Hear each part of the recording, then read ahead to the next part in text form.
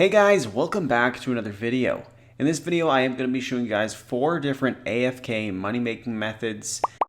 Each of these methods can make you around 6 to 8 mil per hour, and they are all quite AFK. Starting with the first AFK method, we have charging empty charges with the Divine Omatic Vacuum. So the requirement is 95 divination, mainly because you are going to want to do this on the incandescent energy and on world 79, where there are a ton of people here, and it makes it much more AFK and much more profitable. You'll need level 101 invention for the Divine Omatic Vacuum, and basically you'll want to get that and charge it with empty divine charges. You can either make them yourself, it costs 20 simple parts each, or you can just buy them on the Grand Exchange, charge them, and then sell the charged ones on the Grand Exchange for the profit. You will also want the Divination Cape if you have it. Of course, that requires level 99 Divination. The Elder Divination outfit is extremely helpful, and same with the Legendary Enrichment Aura, or any Enrichment Aura. If you have that, make sure to use it. You can make around 7 mil per hour doing this method. It is quite AFK. You'll be AFK for about 2 to 3 minutes at a time, so that is great. The XP per hour, it's about 70k, so it's not too much, but really the main point is you're going to be making that 7 mil per hour, and it's fairly AFK. So you'll want to go to the Poison Waste area, which has the incandescent wisps. You can teleport here using the Max Guild Skilling Teleport, which you do have an option to add on your Grace of the Elves, and you'll want to go to World 79. Once you are here in World 79, you will see a ton of people. The reason why you're going to want to do this world is because about a year or two ago, Jagex made a change to divination to make it more social, and so having more people interact on the Wisp allows it to last longer. You also have a bunch of people dumping their Chronicle Fragments into the Divination Rift, which will spawn an enriched wisp, and this just gives you more percentage charges on your empty divine charges, so you will charge them a lot faster doing this. And if you are on this world, there's basically an enriched wisp at all times, so you will be charging them a lot faster than if you're on another world. Aside from that, it is pretty straightforward. You're just going to want to make sure you are siphoning from those enriched wisps when possible. You can AFK for about 2 to 3 minutes at a time and make your 7 mil per hour. The Divine Omatic can only hold 100 empty divine charges, so I do recommend bringing a few in your inventory just to charge it back up when you do withdraw them. Next, we have Abyssal Beasts, which is one of the better AFK money-making methods in the game right now. It's also a great method to train necromancy. And so there are some pretty high level requirements. You do need level 105 Slayer to fight the Abyssal Beasts, and you will want 90 plus Necromancy. And so doing this, you will actually get a ton of Necromancy XP per hour. You get almost 2k XP per kill. So if based on my testing, I was getting around 400 kills per hour. You could get a bit more. I didn't have the demon perk and things like that, but I was getting around 780k XP per hour and about 7 mil per hour. Now, recommendations is 95 prayer and soul split. That's highly recommended. Basically, you will be camping soul split the entire time, so it's great to have that. The Demon Slayer perk, it is helpful. I didn't have that, but of course it does increase your damage by 7% and definitely helps. And then also I suggest having the Conjure Undead Army ability. Basically just makes the Revolution abilities a lot better when summoning your Conjures, because you can summon them all at once rather than individually summoning them. So there are a few different locations where you can defeat Abyssal Beasts. Right now I'm fighting them in the wilderness, and if there is an open spot, it's a pretty good spot to fight them. You don't need aggression potions as well, which is a bonus. But alternatively, if you do have Abyssal Beasts in your personal own Slayer dungeon, then that is ideally the best spot to fight them. You will have 5 of them on you all at once in your small room. So if you do have that, you can go there. But the wilderness, it isn't too much different. I would say you can get a little bit more kills per hour in your personal owned Slayer dungeon, but it might only be a 5 or 10% difference. Now, as for the gear setup, you can see that I am using my basically just my power gear. So I do have some first Necromancer gear that I am wearing, so I do recommend bringing that if you have it. If not, just bring your power gear. It is nice to have those marks of death applied to the Abyssal Beasts. It helps with the kills per hour, so it is good to have some equipment for that. You'll also want to bring these Cinderbane gloves. So Abyssal Beasts, they are poisonable, so that will increase your DPS.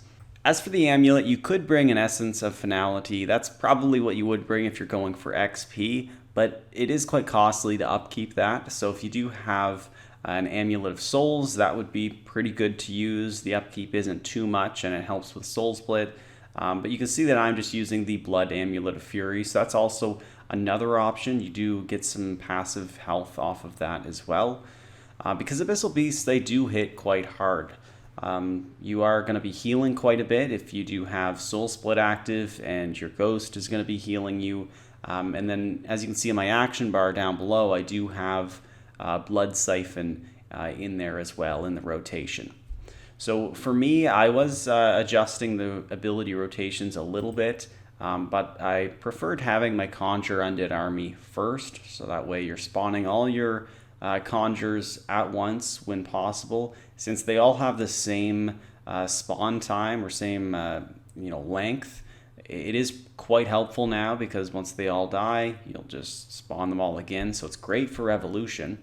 Second, I have Command Skeleton Warrior, so he deals a ton of damage. I like having that one second usually. I have Command Vengeful Ghost just to get that Haunted stack being applied. Then I have Death Skulls, Soul Sap, Spectral Scythe, which is a great AoE ability. And then I would sometimes have Blood Siphon next. It depends on how your health is doing. But you could have Blood Siphon, you could have Volley of Souls, and then Finger of Death and Touch of Death. So that's sort of my ability rotation right now that I'm using. And I find I am able to get around 400 kills per hour. It's extremely AFK. You don't even have to touch it, and usually don't have to worry about your health. I do recommend using overloads. It does increase your kills per hour a fair bit, and I think it is worth the cost. So I do recommend using those. But aside from that, it's a pretty great method. You can get around 7 mil per hour from this method, and obviously you get a ton of Necromancy XP, which is always nice. Now for the next method, we have making lesser Necroplasm. So the only requirement for this is 20 Necromancy. However, if you only have 20 Necromancy, your GP per hour is going to be pretty low, around 2 mil per hour. If you do have level 90 Necromancy, which is recommended, you have access to the tier 3 ritual site, and therefore you can use more multiply glyphs and basically just produce more lesser Necroplasm per hour. So if you have the 90 Necromancy and the Tome of 2, which just helps you make a little bit more, 5% more Necroplasm, then you will make around 8 mil per hour. The XP per hour is quite low unless you are actually clicking on the ritual disturbances, but if you don't, you'll get around 15k XP per hour. It is a fairly AFK method, not as AFK as Abyssal Beasts, but you're AFK for about 40 seconds at a time. So it isn't too bad, and the method is pretty easy. So the first thing you want to do when you are going to go make the lesser Necroplasm is trade with Loop. They sell a bunch of the weak Necroplasm, so you can buy that. From here, you just want to go to the ritual site, so you can teleport there if you have the Tome of 2, which again is really helpful for this method because it allows you to make 5% more of the Necroplasm. So the idea is we are going to be making lesser Necroplasm using the weak Necroplasm. So we're going to select that ritual. It's chosen. And so what we're going to do, as you can see, these are the highlighted glyphs are the ones that are active. And so we're going to want to draw the multiply 3 on all of these other glyphs. So we'll do that, draw one there, basically on all of them. And that's, if you don't have the level for multiply 3, which does require 103, it can be boosted. You can use any of the other multiplies if you have them available. So there's the multiply 1 at 30 necromancy, 2 at 66, which again, they can all be boosted. And if you do have the necromancy skill cape, you will want to use that as well and have the multiply 3 glyph. So I'll just go get that before I actually start the ritual. But we'll just quickly fast forward to once I have all these glyphs created. Alright, so the multiply 3 glyphs are all drawn. I also have the regular glyphs to allow for the ritual to be completed. So now I want to place the weak Necroplasm into my focus storage. So I'll just put all of that in there. I have a ton of it. And so I'm just going to start doing these rituals. So as I mentioned, you are AFK for about 40 seconds at a time when doing the rituals. If you do want to click on the ritual disturbances, you would get a bit more XP, but of course you would be completing less rituals per hour. So if you clicked on all of them, I would estimate you get around 100 to 150k necromancy XP per hour. If you don't, then obviously you're going to be making some more GP per hour. But if you don't click on them, it's around 8 mil. If you do, I would say it would drop your profit down to maybe 5 or 6 mil per hour. So it isn't too much if you do want to compensate for a bit of extra XP. That is really it for the method. It's pretty straightforward. Once you do have any of the glyphs that need to be repaired, just go to the middle and click on repair all, and then you can just proceed with another ritual. The next AFK moneymaker is K'ril. So I recently made a Necromancy K'ril guide, and basically it's the same sort of thing. It is extremely AFK, very similar to the Abyssal Beasts, where you kind of don't even need to watch it aside from picking up the loot every 2 minutes. But the requirements for this, it's 70 Constitution, Troll Stronghold. You will want at least 80 plus Necromancy. I do recommend the Poison Purge Aura or the Venom Blood perk, especially if you are at lower Necromancy level. And the Death Dealer gear, it is great for applying those automatic death marks, and the Demon Slayer perk does help with more damage. You can bring the 2 Necroplasm and Demon Horn Necklace. It was previously required when you had to use magic, just because you needed some way to heal, and you need Soul Split active, but because the Ghost heals you so much, it's not actually required. As for the gear setup, you can see that I am bringing the Death Dealer armor, so again, that's highly recommended with the Poison Purge Aura. I mentioned the 2 Necroplasm and Demon Horn Necklace. They do work well together, but it's not necessary. It does give a bit of extra prayer XP, but if you're going for GP, you wouldn't want that upkeep cost.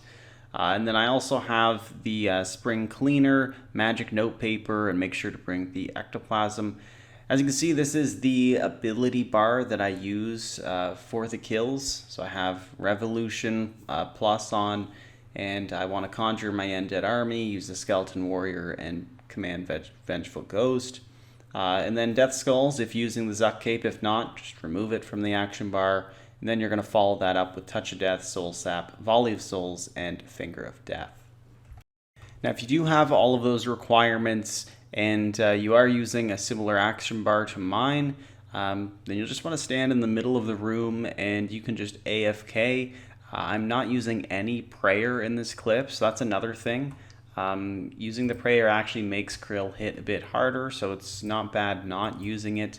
And your Ghost heals you more than enough by itself.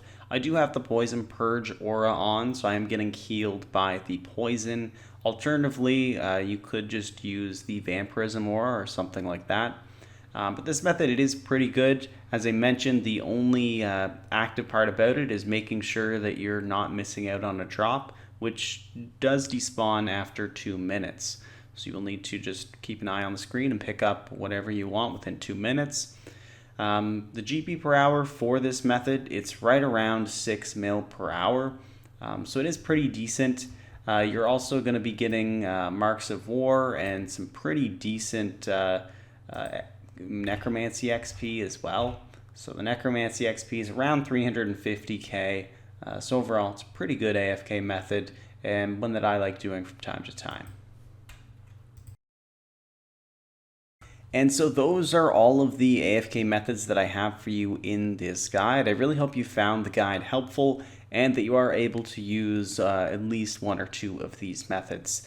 They are all fairly similar but have their own pros and cons. They all make around 6 to 8 mil per hour, which seems to be right around what you can expect from an AFK method.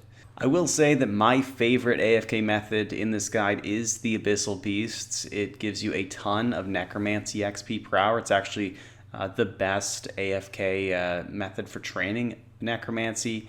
And then you also make around 7 mil GP per hour as well. So that method to me is just really the best of both worlds. You're training a new skill and you're also making some GP per hour. So that's one that I have been doing while I have been AFKing. But let me know in the comments which option you guys prefer, or if you have a different one and how good that one is. Anyway, thank you all for watching, and I'll see you all in the next one. Peace.